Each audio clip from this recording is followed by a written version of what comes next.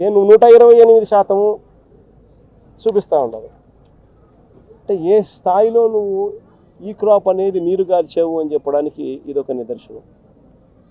ఈ ప్రభుత్వం పూర్తిగా రైతులను పూర్తిగా గాలికి వదిలేసిన పరిస్థితులు, ఇంత విపత్కర పరిస్థితులు కనపడతా ఉన్నాయి. ఇంత విపత్కర పరిస్థితులు కనపడతా ఉంటే, విపత్కర పరిస్థితులు జరిగిన రోజు ముఖ్యమంత్రి అనే వ్యక్తి ఏం చేస్తాడు? ఓ రోజు అట్టా చాపర్లో తిరుగుతాడు, ఓ చోట ఆగుతాడు, తర్వాత మొత్తం చాపర్లో తిరుగుతాడు, మరుసటి రోజు లండన్ పోతాడు.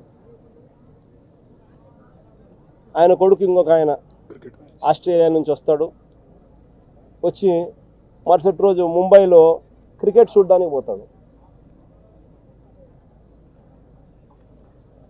ఈడేమో మన రైతుల పరిస్థితి ఏమో ఏడవలేక,